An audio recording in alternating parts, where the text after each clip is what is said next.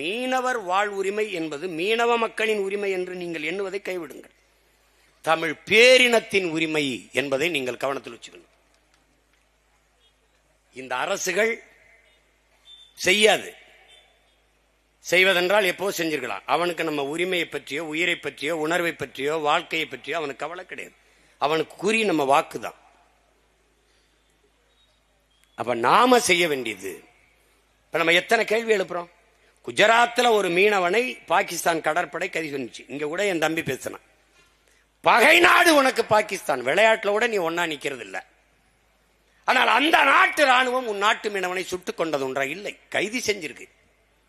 ஒரே ஒரு முறை குஜராத் மீனவனை சுற்றுச்சு, தெரிய ஒரு தவறுதலா துட்டுச்சு. உடனே என்ன பண்றான், படையை பூரா கொண்டு நிறுத்தி எந்த நேரமும் போர் தொடுக்கலாம்ங்கிற பதட்டத்தை உருவாக்குற ஒரு மீனவனுக்கு. நான் 850 மீனவனுக்கு நீ எடுத்த நடவடிக்கை என்ன?